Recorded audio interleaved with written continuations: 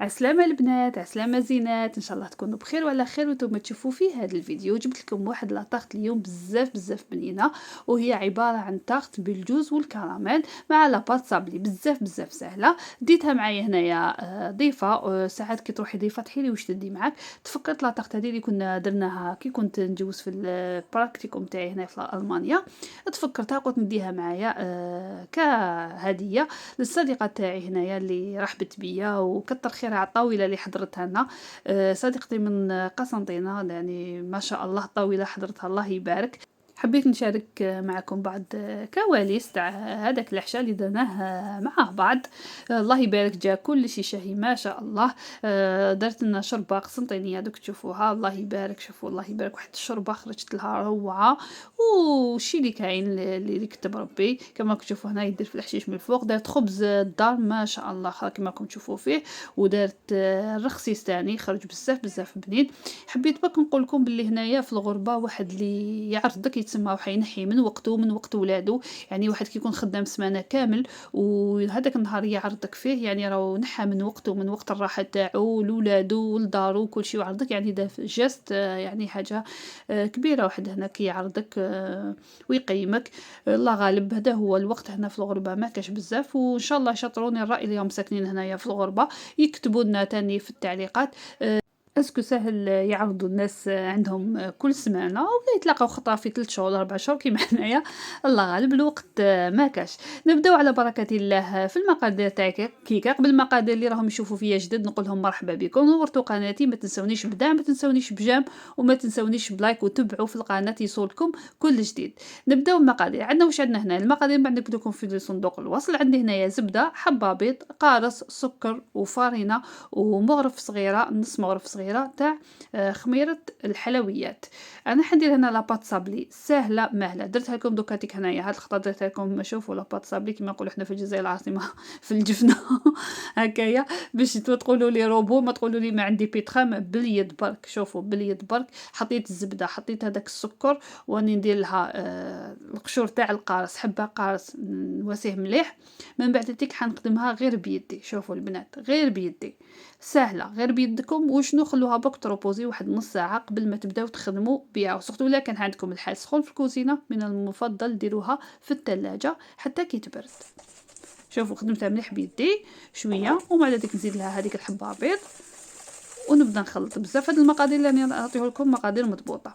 بالنسبه للناس اللي يستعملوا الماغارين، انا هنا استعملت الفارينه يعني جوج يعني مقدار مضبوط. اللي تستعمل الماغارين راح نقول لكم فيها الماء هذيك راح هذه لا كونتيتي اللي درت هنايا تاع الفارينه راح تشربها لكم قاعيتك وتزيدوا اكثر، ماشي كيما الزبده راح تجي سوا. مي بصح كي ديروا الماغارين راح تزيدوا واحد 50 غرام اكثر من يعني اللي راني درتو انايا. كما راكم تشوفوا زدت هذيك الفارينه وهذيك المغرف تاع المايزين تاع الخميره انا صيرتها. لا غالب باسكو ما قدرتش نصيرها مع الاول. كما راكم تشوفوا غلفتها وحطيتها في الثلاجه، خليتها واحد نصف ساعه تقريبا هكاك. واش ندير دوك نحكمها نفتحها، نص راني حنديرو من التحت ونص راني حنديرو من الفوق. اللي حبت تفتحها بورق الطهي تفتحها بورق الطهي، انا ما نحبش نفتحها. شوفوا جبته وحطيته باش نوريه لكم برك. انا ما نحبش نفتحها بورق الطهي، درت لها برك الفارينه من التحت ومن الفوق ونفتحها. بس الكميه تاع الفارينه اللي قلت لكم اللي درتها يعني مضبوطه، ميم لو كان نزيد لها باش نفتحها ما راهيش حتيبس لي. نفتحها دائريه على الشكل المول اللي عندي. المول اللي عندي استعملته 28 سنتي. ما نكتب لكم كل شيء. وكي تكون بارده تجيكم سهله في الخدمه، ماشي كيما تكون سخونه. كي تكون سخونه لاباط صابلي تتكسر لكم كاع يديك، بصح كي تكون بارده مش حتكسر لكم وحتخدموا بها بسهوله. كيما راكم تشوفوا نحط هنايا لاباط ونبدا نسقم فيها. ما شوفوا الا جاتكم هكايا معوجه ولا معليش سقموها مليح، باسكو لاباط صابلي كيما تخدميها تتخدم. و يعني الجهه التحتانيه مش لازم تكون مسقمه باسكو حتجي فوقها لافاس. شوفوا نسقم مليح الجوانب، نطلعهم مليح باش من بعد تيك ندير الطبقه العليا. من بعد تيك نزبطهم مليح مع بعضهم باش ما تخرجليش لافاس. الكيكه هذه كما قلت لكم بزاف بنينه. سيوها البنات، ما عطيتلهاش حقها مليح في التصوير، الله غالب ما عطيتلهاش حقها مليح في التصوير، مي بصح والله العظيم غير روعه. ذوقوها البنات، خدموها البنات، ذوقوها البنات خدموها البنات وما تندموش. كما راكم تشوفوا هنا حكمت الجوز، راني وريت لكم بلي راني نكسر فيه غير بيدي. شوفوا ما تلحوه بالروبو ما والو، لازم يكون خشين شويه. عندي هنا كميه من كريمه سائله. عندي السكر هنا كلاص، اللي حبيت تستعمل سكر عادي تستعمل سكر عادي. يعني هنايا زوج مغارف تاع عسل حر. واش نديرو؟ نجيبو كاسرونه نحطو فيها هذاك سكر كلاص، نخلوه يذوب، خلوه يذوب باش يولي لنا كراميل. شوف خلوه يذوب. سكر كلاص ميم الا كان يابس يسمى ضربوا الهواء معليش استعملوه خليه يذوب كيما هنايا. شوفوا راني خليته ابتيف يذوب. بالك تخلوه وتروحوا. على بالكم انا خليته دقيقه برك رحت شميت فيه ريحه الحريق، عاود واحد الاخر مداره وجديد. ما ديروش الغلطه تاعي. شوفوا هنايا الفيديو راح لي بعد ما داب كاع يتيك ارمولو هذيك الكريمه الخف كما راكم تشوفوني وريت لكم انا مع الاخر. تحسب لي الفيديو يصور هو ما كاش يصور. كيما قلت لكم حتى كي تذوب كاع يديك. شوفوا السكر كاع يديك داب، ارموا كريمه الخفق هذيك بالعقل وخلوها ما تحركوهاش بزاف مع الاول. خلوها حتى كي وحده يبدا يغلي، من بعد تبداو تحركوا فيها. لازم تحسوا هذاك السكر شوفوا داب كاع وبدا يغلي، حتى هذاك السكر اللي تحت كراميل هذيك تكون دابت كاع. كي تذوب الكراميل هذيك مليح نزيدوا كميه تاع العسل. راكم تشوفوا فيها عندنا 2 مغارف تاع العسل. من بعد ذلك نزيدو الجوز تاعنا. هاد انا نقصت الكميه تاع السكر هنا. نورمالمون الكميه تاع السكر هي نفس كميه تاع الكريمه السائله. كما نقولوا ديري 250 غرام سكر، 250 غرام كريمه سائله، 250 غرام جوز، و25 غرام تاع عسل حر. انا العكس، نقصت 250 غرام تاع السكر، درت 150 غرام تاع السكر نقصته، وكميه تاع الكريمه السائله زدتها ب 30 غرام صافي درت 180 غرام. كما راكم تشوفوا نخلط مليح حتى ما تلقاوش حتى شوائب من التحت، ما كاش كاع يتيك يعني كراميل هذيك ما تكونش موجوده، دابت كاع يتيك وهذاك العسل الحر داب. نرمو من بعد الجوز تاعنا من نحمصوه ما والو، كيما راهو كيما تشريه. كسريه بيدك وحطيه ديريكت في فوق السوائل هذوما اللي عملناهم.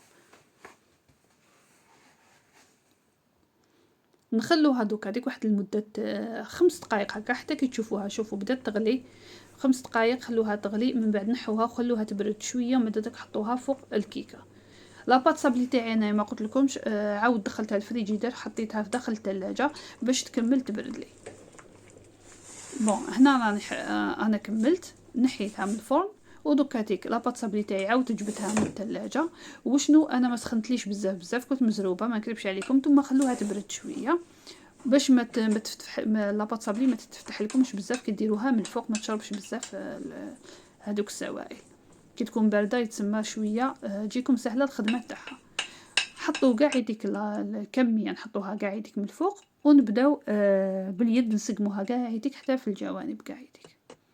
ما تنسونيش البنات اللي راهم يتبعوا فيا جدد تاني نقول لهم مرحبا بكم في قناتي. ان شاء الله يعجبكم محتوى القناه تاعي، ديروا فعلوا الجرس باش يوصلكم كل جديد. وما تنسونيش بالتعليقات تاعكم، كتبوا لي تعليقات تاعكم من اي بلد راكم تتبعوا فيا ولا من اي ولايه في الجزائر راكم تتبعوا فيا. كيما راكم تشوفوا كملت قاعدتك ملست قاعدتك يعني الجوانب قاعدتك سقمتهم. ودوكا جبت لاباط تاعي اللي قعدت لي قلت لكم ديروها في الثلاجه ونعاودوا نفتحوها ونحطها من فوق.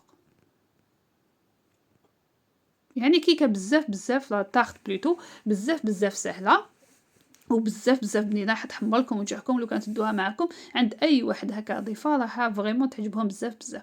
كما راكم تشوفوا دوك واش ندير؟ شوفوا نسيب بالعقل نحط هذاك الجوانب نجمعهم مع بعض، شو نقرصهم كاع مع بعض كما راكم تشوفوا. شوفوا راني نقرص فيهم مليح باش ما تخرجليش لافاس ما تفيضليش داخل الفرن كي نحطها. عندي هنايا صفار بيضاء زدت له شويه تاع حليب وراني نديرو من الفوق. حركوا شويه برك ونديروا من فوق. تحبوا ديروا صفار البيض مع القهوه ولا صفار البيض مع الماء ولا اي حاجه اللي تحبوها نتوما ديروها. ندير كاع الجوانب مليح سورتو وين قرصتها ديري مليح مليح، ومن بعد هذيك حكمي في رشيطه وديري من الفوق كيما تحبي، خطوط هكا، عباره عن خطوط برك كيما تحبي نتيا. اذا شتيها عندك جهه منفخه شويه اعمليها ثقب هكا. درتها هنا درجه حراره 175 الفوق والتحت، طيبتها. اللي ما عندوش فوق والتحت بيان سور يطيبها لتحت ومن بعد من الفوق، وخليتها بردت ودرت لها نص سكر كلاص ونص خليتوها هكاك. اللي حبت تخليها كاع يتيك خليتها كاع هكا.